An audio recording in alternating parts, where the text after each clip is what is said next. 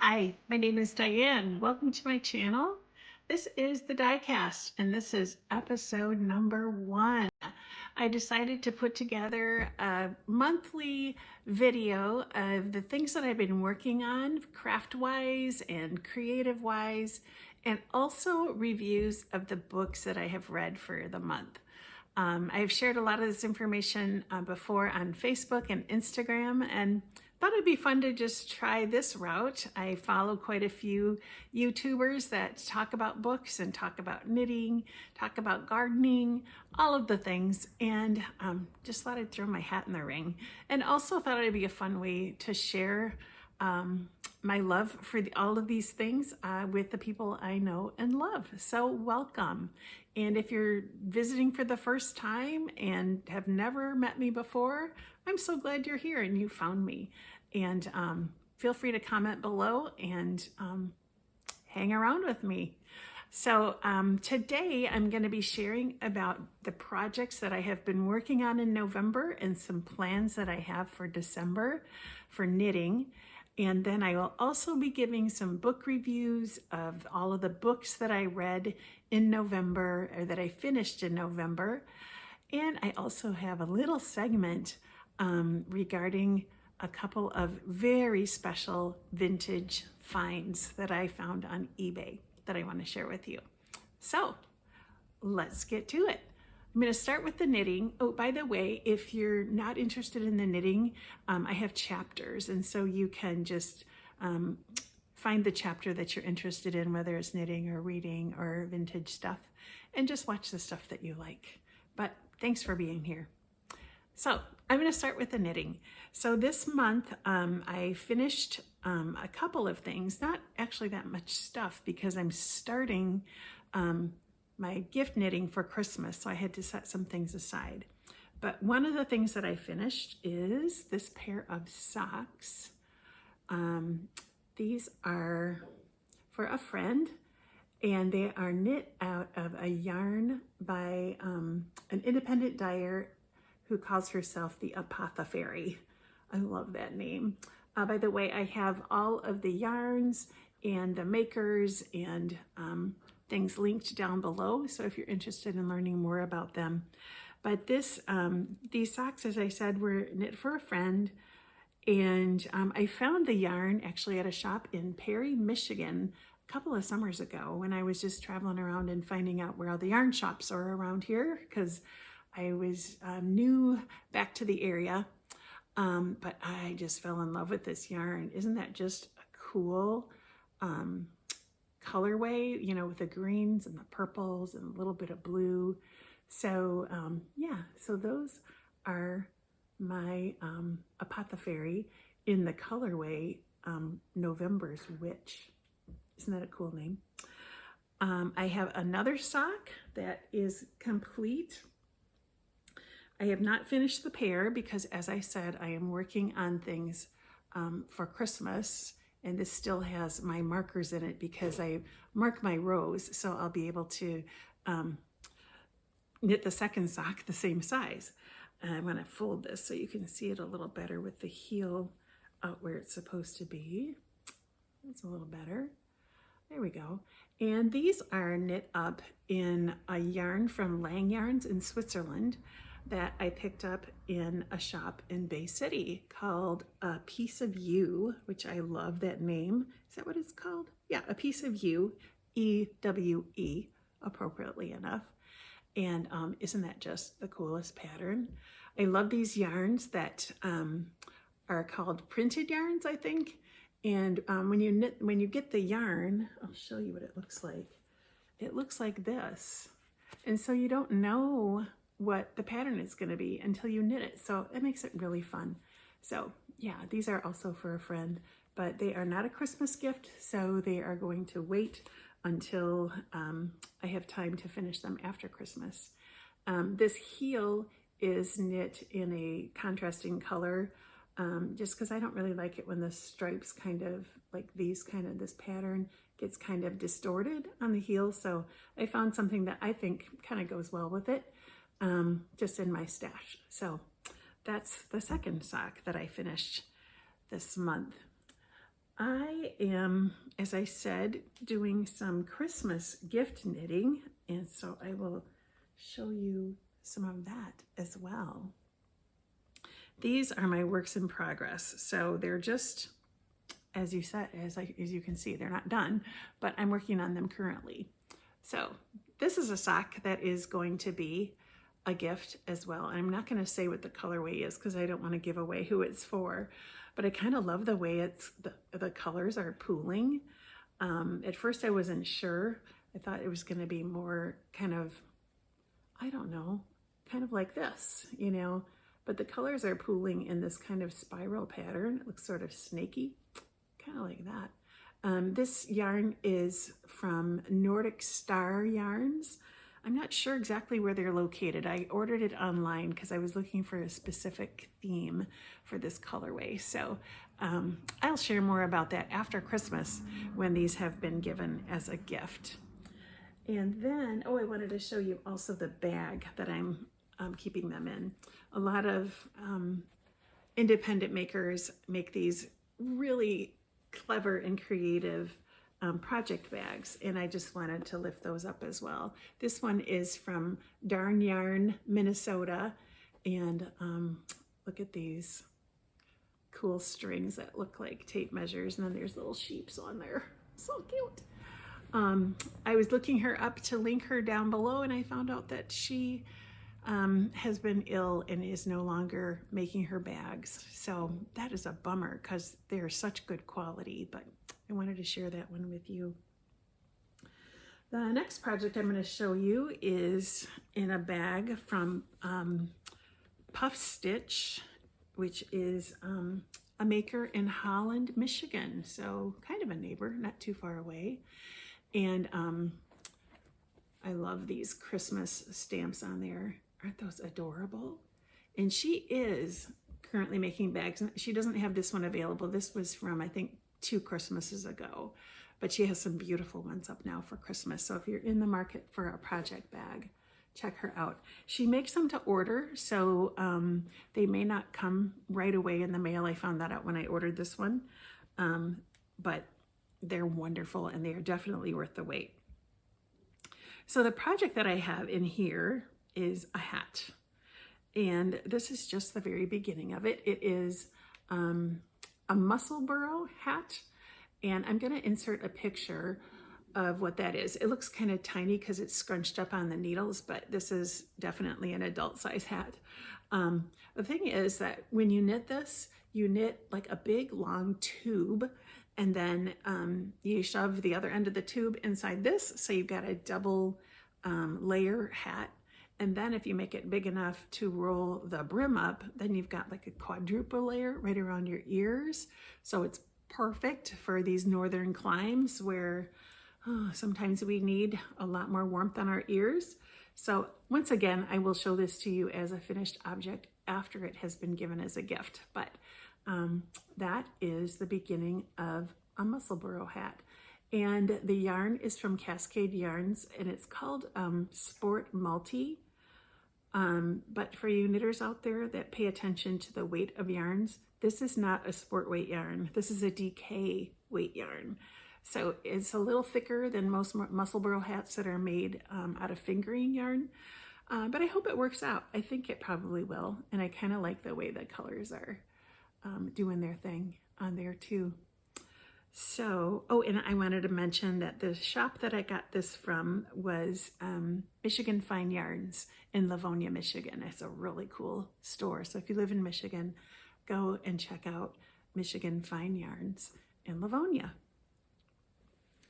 So while I'm doing this gift knitting, I had to put away a big project that I've been working on for a while.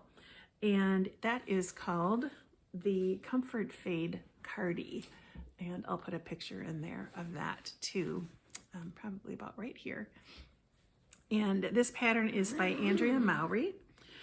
And I got the idea to make this, well, I've been wanting to make a cardigan for a while, but I haven't been knitting garments for that long. And so this is my first cardigan. And it's exciting because the colors fade from one into the other and all of that. But I happened upon the yarn for this when I was visiting another yarn shop in Michigan in the town of Caro. And the shop is called Back Alley Fibers. And it's a beautiful shop. And they have just a gorgeous selection of this one particular independent yarn dyer, which is called Round Mountain Fibers, who is based in Vermont. And all of their yarns are natural things.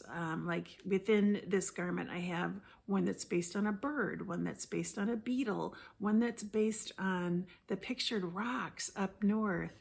And then there's one more, lavender, the plant lavender. So it's all these different flora and fauna that they have in their total colorways. And so I go in this shop thinking that I'm just gonna buy like one little skein of green yarn for a pair of socks I wanted to make. They didn't have the green sock yarn, but then I wandered over to this wall of beautiful yarns and I was just totally drawn in and mesmerized. And so I'll insert a picture of what the yarns looked like when I lined them up on the table for this fade and recognized that, oh, yes, this is happening. So great shop, beautiful yarn, and this is how far I am. Let's see here. I want to hold this up for you so you can kind of see. So I've gotten the body of it done. I'll kind of scooch back. I've gotten the body of it done and one sleeve. So it's not actually that much of a fade. It looks more like stripes, but I do like the way the colors go from one to the next. So you've got the lavender on top, and then after that is tiger beetle. And then this one is some type of bird, and this one is pictured rocks. But I kind of like the way they play together, and I think it's gonna be really fun to wear. And what else do I wanna say about this? So even though I have the body and a sleeve done, it's gonna be a while before this is done because it has this giant shawl collar that you'll see in the picture. And that goes all the way around the front, you know, up and around and down. And then the shawl collar is really high. Like if you pulled it up, it would be like up over my head. So it's like almost like knitting another sweater. But I'm excited to get back at this in January. And yeah, I will again share it with you when it's all done. But that's my first cardigan. Pretty excited. I am gonna just pause for a minute because there's another thing that I want to share with you about knitting, and that is about yarn advents. And those are just such a joy in the month of December. So I'm gonna go grab mine and I'll be right back. Okay, I'm back. I am wearing actually last year's Advent project, which is a beautiful, if I do say so myself, shawl or scarf called the Lamina cowl. And I'll put the information about that pattern down below. But this yarn advent was from Sweet Sparrow Knits, and I just love the beautiful range of kind of muted colors. And what happens with these advents is you get one small skein to open each day during Advent. And the idea, at least for me, it was that I was going to try to knit each stripe one a day and have a project done by Christmas. That did not happen. I'm a little busy in December, so but I think I finished this in January or February, and I have loved it. I've worn it quite a bit, and I still have some yarn left from each of those colors, and I've been trying to decide what to do with it. I think I am going to put it with some mohair and make some mittens or some fingerless gloves out of it. Maybe a cowl, I haven't decided, but I definitely want to use this yarn up because it is so pretty, and I just love the way the colors contrast and go together. So that was Sweet Sparrow Knits, beautiful advent. So that was my first yarn advent that I got last year, and as I was following different makers on Instagram and YouTube, I noticed a particular yarn dyer that I thought looked really fascinating to me, and she is called Leap of Faith Yarns, and my yarn advent came in the mail from her, and so I'm going to do a little unboxing, and I won't show anything that's going to spoil it for anybody, but just the way that these are packaged up is just so creative, and it just makes it kind of exciting. So for example, last year with Sweet Sparrow Knits, they had each skein of yarn in a little tiny paper bag, and there was always something in the bag, whether it was like a little piece of candy or one little tea bag or some kind of a little knitting tool like a stitch marker or something like that. So it just makes it like this little exciting thing to open up every day. And I noticed that, and I don't know her first name, but the person that does Leap of Faith, she is a person of faith. And so she puts a beautiful card in each one. And this one is in God's Garden. So the card shows, you know, what it's based on. When she's done it in the past, it's been different things in creation and things like that. But it also has a Bible verse on it. So I like that aspect as well. So here goes the unboxing. I have not looked at this, so it'll be a surprise for me too. Super excited. So open it up. And let's see. So there's a bunch of tissue in here, obviously. A little thank you note. And her name is Christy. Now I know that. And this is what looks like in your box that you get. So you get 24 little packages to open every day, and then the 25th package is usually a full skein of yarn. So something that goes with all of these. For example, on this one, this sort of mauve color in between was the main skein that came with it. And so, you know, it kind of ties it all together in a cool way. So super excited. And this kind of shows, like, on this main skein, she has, looks almost like a bookmark that talks about the color. So it's called poinsettia, and the picture is white. So who knows, is it white or is it red like the bag? But isn't that a cool bag too? Just looks like it's hand dyed, and nice little canvas bag that would be perfect for like a sock knitting project. So kind of, you know, really cool little pieces that she puts in with each yarn. So I'm super excited. And then, oh, there's something else in here, but I'm not going to show that in case there's somebody watching that has this advent and they don't want to be spoiled. But each little package has a number, you know, with a very pretty seal appropriate to the season. So that's my advent. And what I'm planning to make with this is the Habitation Throw, which is a really sweet blanket that I have seen done by a lot of other makers. And so I'll put a picture of that up here as well, so you can see what that looks like and see what my plans are. So that's all my knitting content for today. Hello, I am back. It is the next day and I have some natural light coming in. So I think that works a little better than my light that I'm sort of trying to get used to. So hang in there with me. Before I go into the book talk portion of the video, I want to take a few minutes to talk about the vintage finds that I found on eBay. So for many years, I've had a saved search on eBay for pieces of art and articles and magazines and books that my grandparents were involved with creating. Grandpa Harry Wood was an artist who, to earn his keep, did a lot of commercial art in around the 30s, 40s, 50s. And Grandma Marnie Wood was also an artist, but her career was more centered on writing. Later in life, she became a cordon bleu chef. She loved to entertain.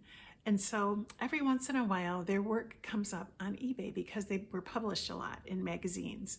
So The things that I found this week, first of all, was this little booklet that was written by Grandma and illustrated by Grandpa.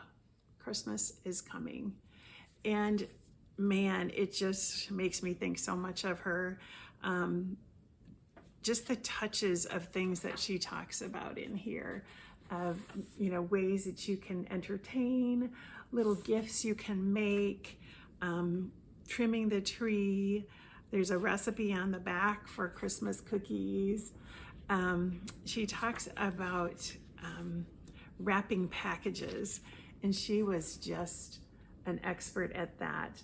And one of the things she mentions in here is that if you have family far away, when you wrap the gift, put in, or the package, put in some boughs of holly or boxwood, and she would always do that. And so we would open these boxes of gifts from Grandma, who lived in Connecticut, and they would just be, you know, so fragrant with holly and boxwood. So just a lovely reminder of her, and just a fun little thing to have in my collection. Then I also found this one that Grandpa did, and this appeared in American Home magazine in 1943. I had never heard of it before. A lot of his stuff that comes up on eBay, magazine covers, are things that I already have or I've seen a lot of, but this is a brand new one to me. And it is a spread from American Home about Christmas. I gotta open it up here. Okay, Christmas for a little girl. So it's like a little illustrated story, and each of the squares, you know, tells the story of this little girl who goes to visit her grandparents in the country, and the kinds of presents that they exchanged. And I think they went out on a sled. It is just enchanting. And it just kind of really touched me, because if you look closely at the handwriting, look at the way he writes his E's. They look like little capital E's in his cursive writing in the lowercase.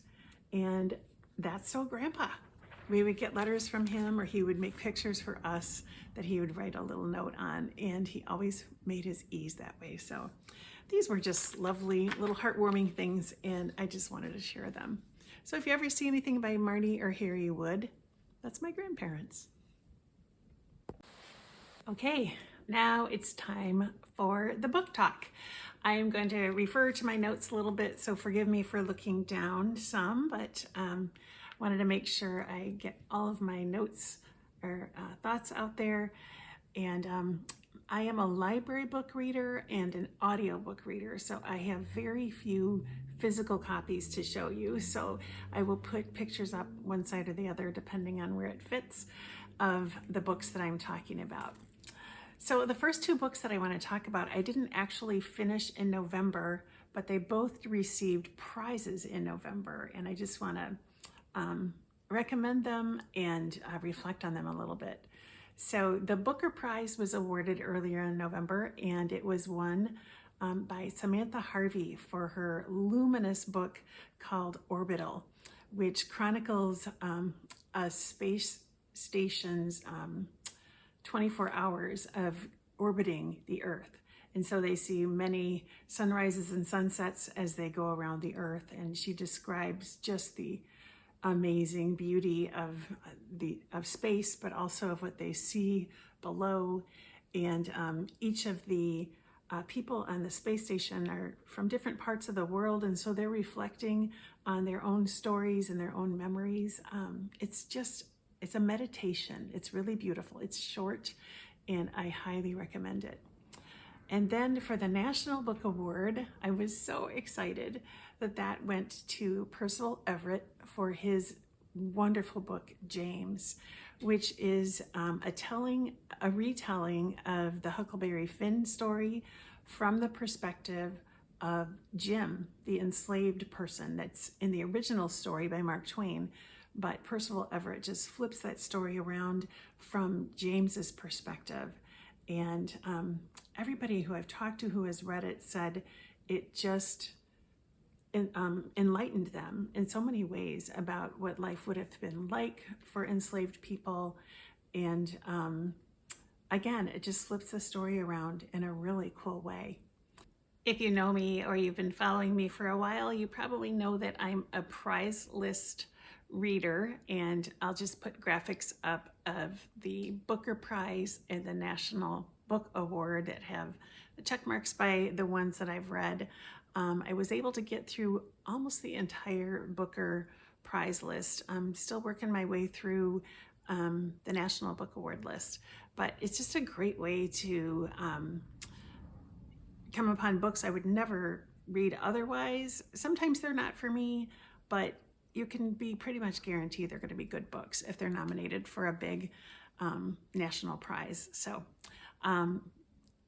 in that light, I am still finishing the National Book Award list, and so I read the book Martyr by Kaveh Akbar.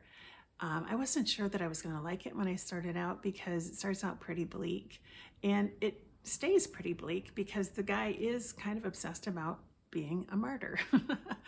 But as the story evolves, you come to appreciate his background.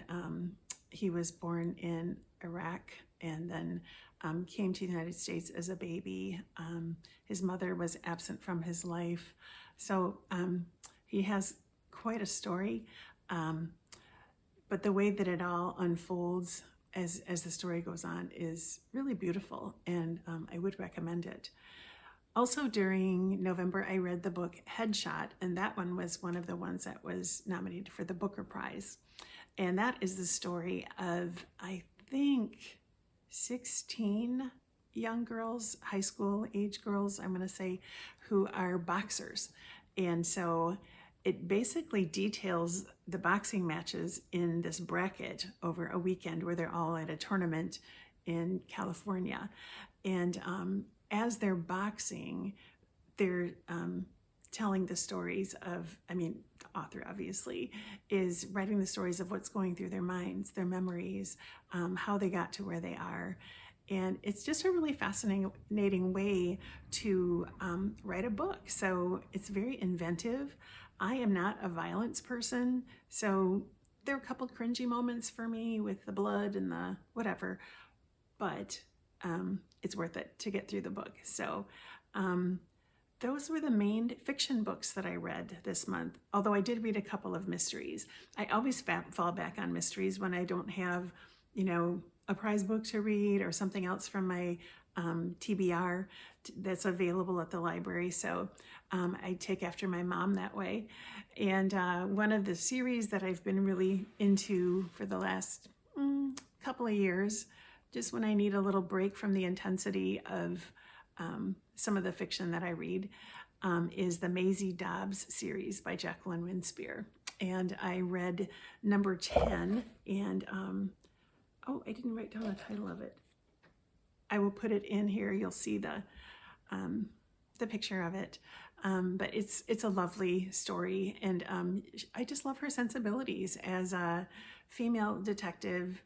And the series begins in the early 20th century, and she ends up being a nurse in World War I, and so it goes through that. And now the part that I'm in is the interwar years. So World War II is starting to brew in the distance, but it's really good mystery and also really good historical fiction. And the other mystery that I read this month was recommended to me by a friend who encouraged me to read it because it's by a gay man. And in these days, it feels like it's really important to read the books and, enjoy the art and all of the contributions of gay and trans people who are feeling threatened right now. And I want to honor them. And so this book is called Lavender House, and the author is Lev A.C. Rosen. I listened to the audiobook, and I wasn't real keen on the audio reader. although he did have a great facility with lots of different voices. But the main voice that he used just kind of grated on me a little bit. Also, there was a lot of innuendo. And if you know me, you know that I'm not into, I don't read much romance. I'm not into innuendo. I'm not into sexual stuff. And so call me a prude, whatever. It's just not my thing. But this was a really good book with a good little mystery. It's one of those closed circle mysteries where, you know, there's only a certain number of people that it could be. And so it was really, really fun. The rest of the books that I completed this month were all nonfiction, and that is kind of weird for me. I'm not a big nonfiction person, but it just happened that way. The first one that I want to highly recommend is The Small and the Mighty by Sharon McMahon. Oh my goodness, what a wonderful book. So encouraging. She tells the stories of 12 Americans who changed the course of history from the founding to the civil rights movement. And it is just so hopeful and so informative. I mean, there's just wonderful stories in here that you probably never knew from American history. And I just can't recommend it enough. Her work gives me a lot of hope. And so I highly recommend that. And then for my church book groups that I facilitate, I actually did a reread of Love Without Limits by Jacqueline Bussey. And it was just as good the second time through. And I've heard this from other people who have read it, that this book is enlightening. It helps you to think about the ways that you look at your neighbor and the people that are different from you, and consider Christ's call to love all of our neighbors and to love ourselves. She writes beautifully. There are some just turns of phrases in here that can make you laugh, and also some very deep and wonderful theological commentary. So highly recommend that. And then for another book group that I facilitated, we read the book Seculosity by David Zoll. And it was good. It was written about the idea that most people aren't involved in church anymore and find other ways to worship or to value other parts of their lives much more highly than they value their spirituality, whether it's food or a relationship or your work or technology or sports. And it's quite good. It's pretty esoteric, so it was a little bit hard for some of the folks in my group that could take it or leave it. After a few chapters, they were like, yeah, he's basically saying the same thing about just different topics, which is kind of true, but pretty interesting. So it was a good thing for us to read together. Another book that I read recently was published by my friend Dawn Troutman. Her book was called Parables of a Resilient Nomad. And she talks about her life. It's a memoir, basically, but she is a life coach. And so she uses her story to help the reader to consider their own story and the things that they can do to face different situations in their life. She's quite vulnerable. She shares about a difficult passage from her young adulthood. And I think that was very moving and helped a lot of folks, at least that I know who read that book, to kind of grapple with some of their own issues. And Dawn has said that this book is kind of something that she uses to facilitate her business. It's not a sales pitch by any means. It's a very good book, but it does hinge on her life coaching, career coaching, and so that aspect is brought through, and it's really quite good. And then let's see what else. The last of the nonfiction books that I read during November was actually an audiobook called The Notorious RBG about our beloved Ruth Bader Ginsburg. And I listened to that in the car during the days leading up to the election because I was starting to have some anxiety, which sounds, it was founded. But I just wanted to learn about a strong American woman who had a lot of power and who used it so well and inspired so many. And the book is written by two young women. So the women who wrote the Notorious RBG are Erin Cameron and Shanna Kniznik. Young, irreverent women who, one of them had a Tumblr account called the Notorious RBG, and this book kind of grew out of that. And I need to look at the print version of it because I understand there are lots of illustrations and photos and things like that. So I recommend it. It's a short book and it's an inspiring book. So those are the things I read in November. Just a couple things that I want to share that I'm planning to read in December. And one is, this one was recommended by Shannon Martin, who I follow and who is, oh, she's a wonderful follow on Instagram. I think her handle is Shannon Writes. Anyway, she recommended this book, Comfort and Joy, to be read during Advent. So I'm going to kind of piece this out and read it day by day, and hopefully it will enrich my season. I think it will. And then there was another book that I heard about called Christmas Days by Jeanette Winterson that I'm looking forward to reading in December. So just a little bit of mood reading for the season and the holidays. And then I'll just read whatever pops up in my holds and in my TBR. Oh, when I was talking about mysteries, those mysteries are filling a Louise Penny-sized hole in my heart. I'm still waiting for my turn to read the latest Louise Penny book in the Gamache series. So hopefully I'll be able to talk about that next month. Anyway, thanks for hanging with me today. This was a lot of fun, and I hope it's not too rambly, too long. And I just enjoy sharing with you. So drop a comment below if you have any recommendations or comments or questions. I'd love to hear from you. Take care. Have a happy December. Bye-bye.